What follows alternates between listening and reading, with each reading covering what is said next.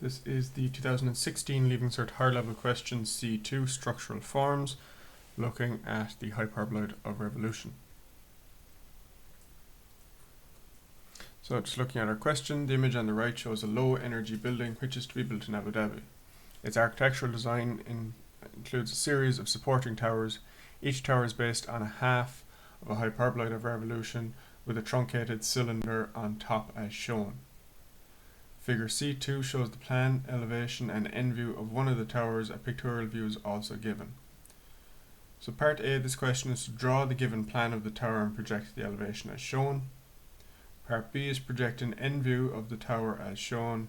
And part C is determine the positions of the focal point and the directrix for one branch of the hyperbola in the given elevation. Finally, scale is 1:100. So if we start our question, we're going to start by drawing the plan first, drawing as much of this as possible without it being cut. So 12 meters is going to be 12,000. Divide that by 100, you get 120. So 120 millimeters is going to be our diameter, and that comes down to 60 for our radius. So that's for the outside circle. For the throat circle, it is going to be diameter 25.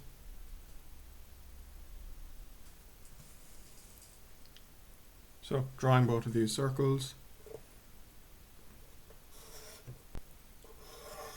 draw them lightly to start off with, as there will be bits cut out of the outer one especially.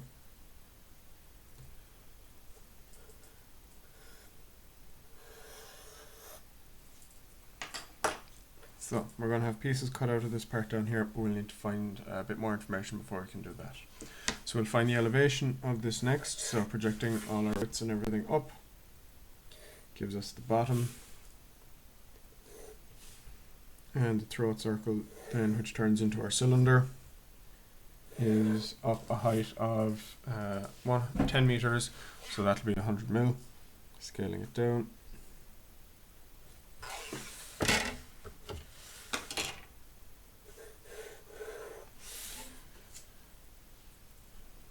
And then our cylinder projected straight up above that has an altitude of 30. The very top of it is up 30. So this bit can be drawn in here. So we're going to have a hyperbola from here and down this side here also. We're also given a few more bits. They give us horizontal cutting sections, so we're going to use the asymptote method for finding our hyperboloid here. It's broken up into 5 equal sections, so we're going to find those same 5 sections here now. So they're all 20s, 20 millimeters.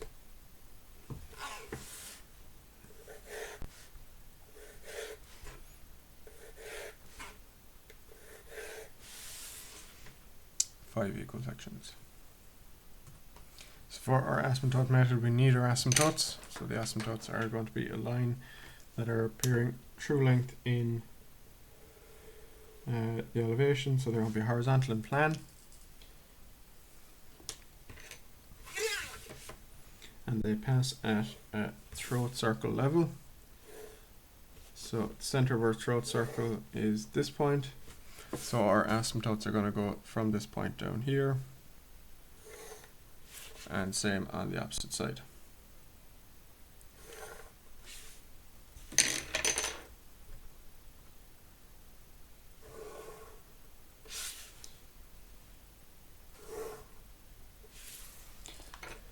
So I have my asymptotes in plan, same ones in elevation. They now allow me to find where my circles are, so the diameter of the circles. So each time the asymptote touches off the circle, that's going to be a point down here in plan, and I'll be able to draw that circle then down here in plan also. So bring it down onto the asymptote line, and then from the center to that point is the radius. That's one circle. Next one done the same way, so you have to bring them onto the asymptote line first before you draw them. So down there first, rotate,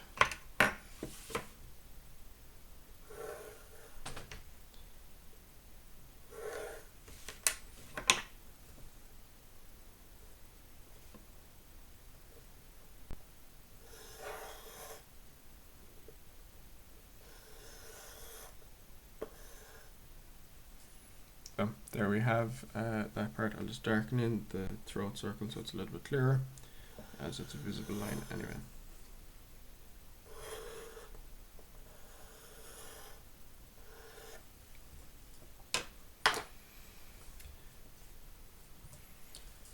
Now, so with these circles, what we can do is we're going to use these circles, so the points along the side here of our circles, they're points on the curve of my hyperbola up here.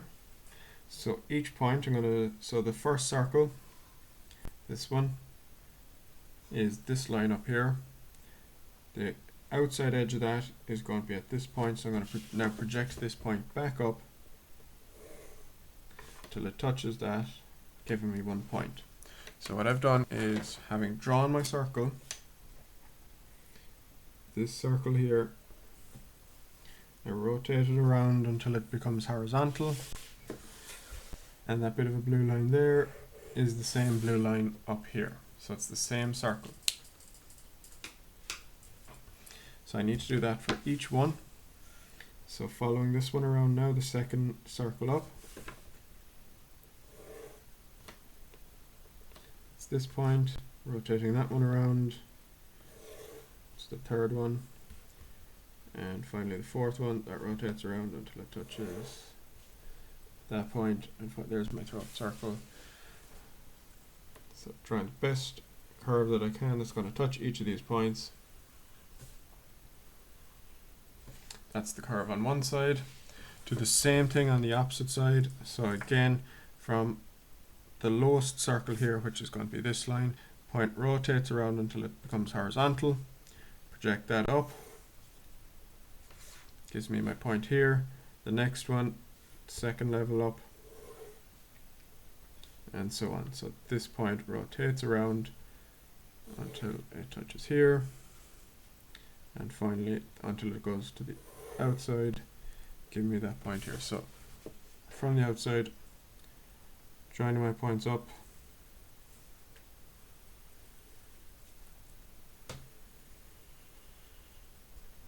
that gives me the outside curve of the shape. Just finishing off the top, I can darken that much of it in now as well.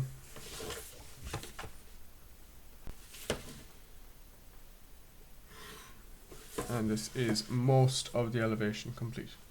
Still one more piece to put in, and that is dividing this section, the piece that's missing out of the middle. So we're given information for that. We're told the width of it, it's the same width as the throat circle, you can see that in plan. And then we're also told the height it is up, it's up 3/5 of the way.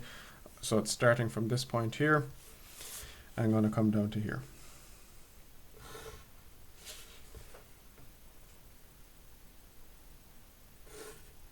So in line with the throat circle, that's the front part of it, that's the completed elevation. Plan is going to follow along the same line.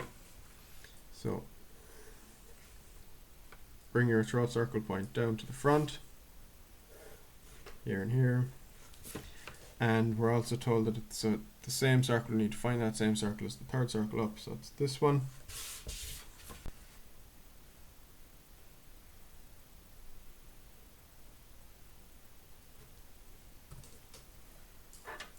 So we can darken in our plan now also.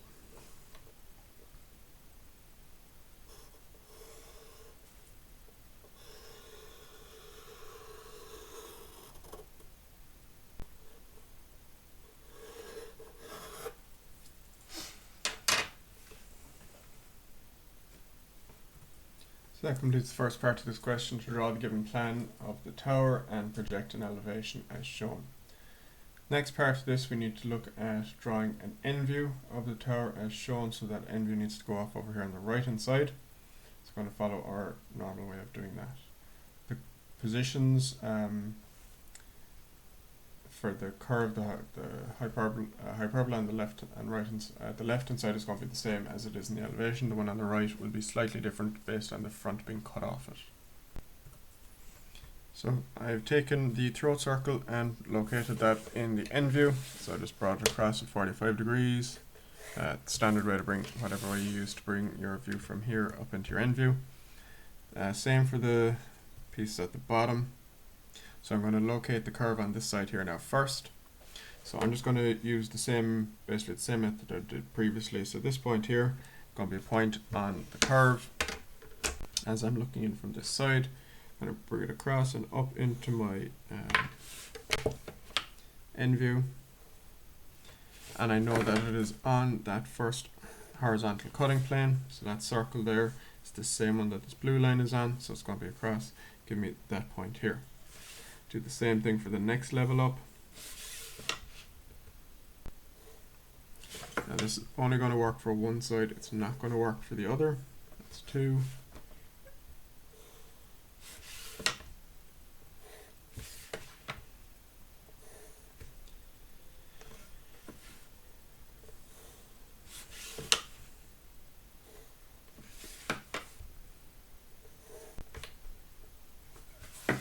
So again, plotting the curve as best I can.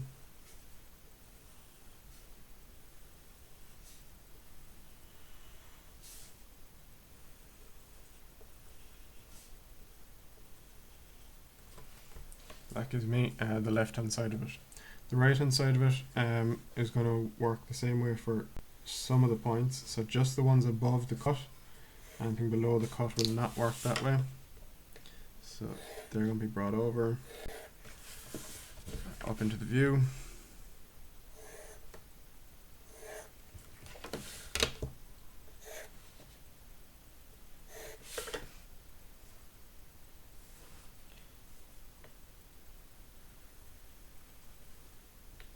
So that gives me the top part of that curve there.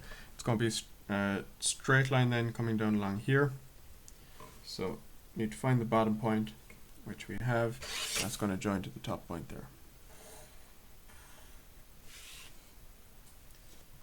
Now if you want to prove that it is a straight line, just take each point of where your straight line here cuts through the horizontal cut sections, through the circles, and find those same points in the end view. They will line up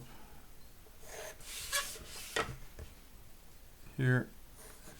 So 1 point, 2 point, giving you a straight line coming down that side. So I have a straight line from the top of this down to the base, and that base was brought over, giving me the lower part down there.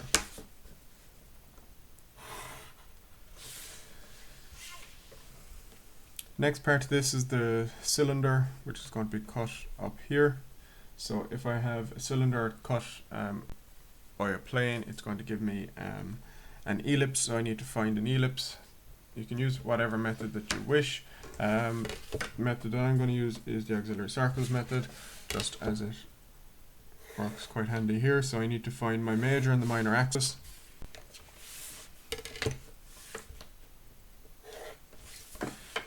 Which are known to me. The major axis is going to be the full width of the cylinder. So this is my major axis coming across from this point to this point. They're the widest parts in it, halfway up along it, so here to here. The minor axis then will be from the top down to the bottom of the curve, top to the bottom of the curve down here. So using my auxiliary circles method,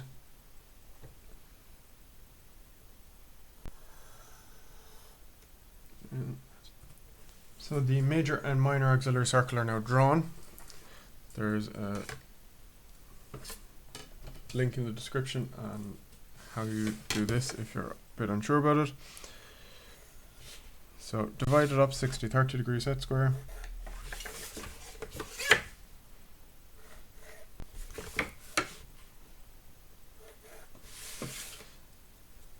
So what we're going to do, every time that one of our lines cuts the major auxiliary circle, I'm going to go perpendicular to the major axis.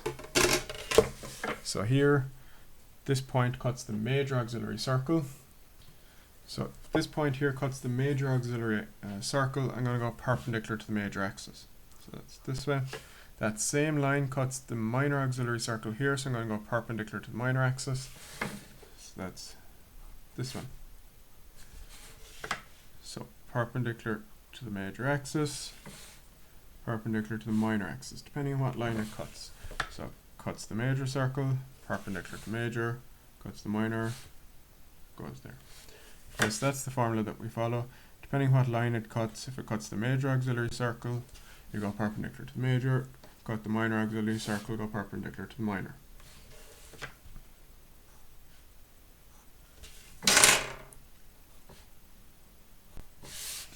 So again, that gives us a number of points.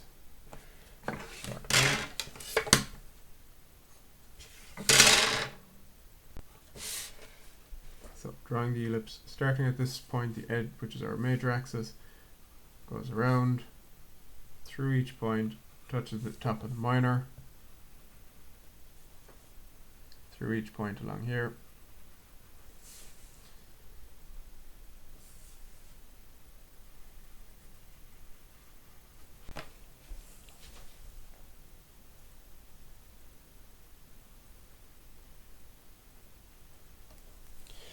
so that gives us our ellipse.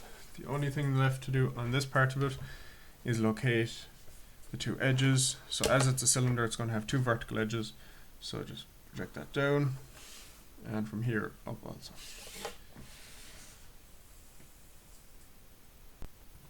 So if I just zoom out now, that is our finished end view.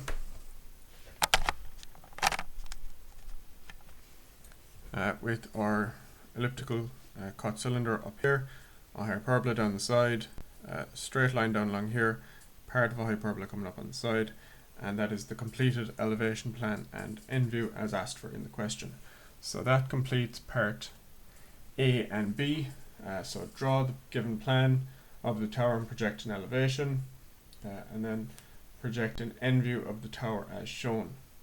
The final part of this is to determine the positions of the focal point and the directrix for one branch of the hyperbola in the elevation.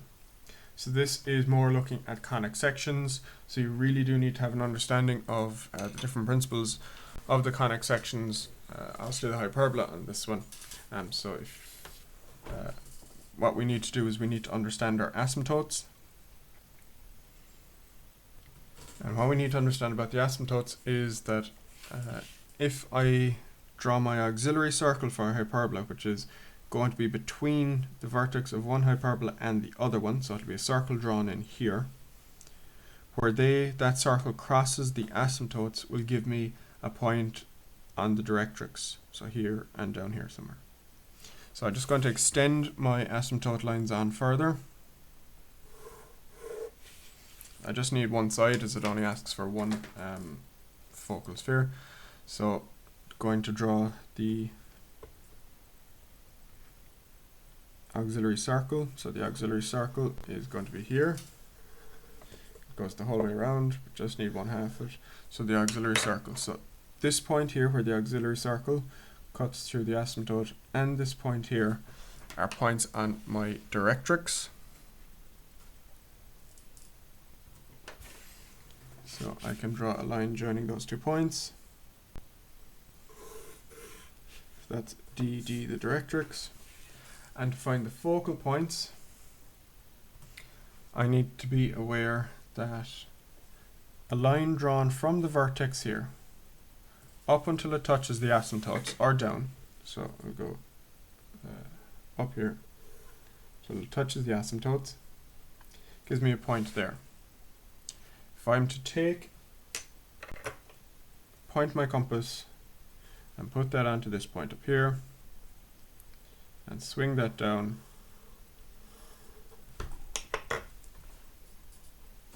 this point down here is my focal point. You could also go perpendicular from this point to the asymptote. That will give you the same focal point out here. So just a quick recap on what I did there. I drew my auxiliary circle, which is a circle that is between the 2 branches of a hyperbola, so it's here and here. So auxiliary circle goes in the middle, where the auxiliary circle crosses the asymptotes, so the pink lines are points on the directrix, give me a point here and point here. Can draw a straight line between the 2, giving me the directrix.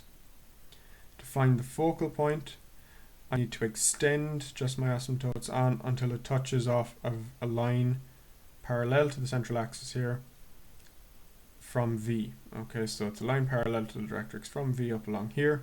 Going to give me a point up here on the asymptote, and I can swing an arc around the center point, from up there down, that's going to give me my focal point. Other method of finding this focal point is, having gotten this point in the directrix, or this one down here, if I go perpendicular to the asymptote from either one of those points, will give me the focal point. And that's the completed question.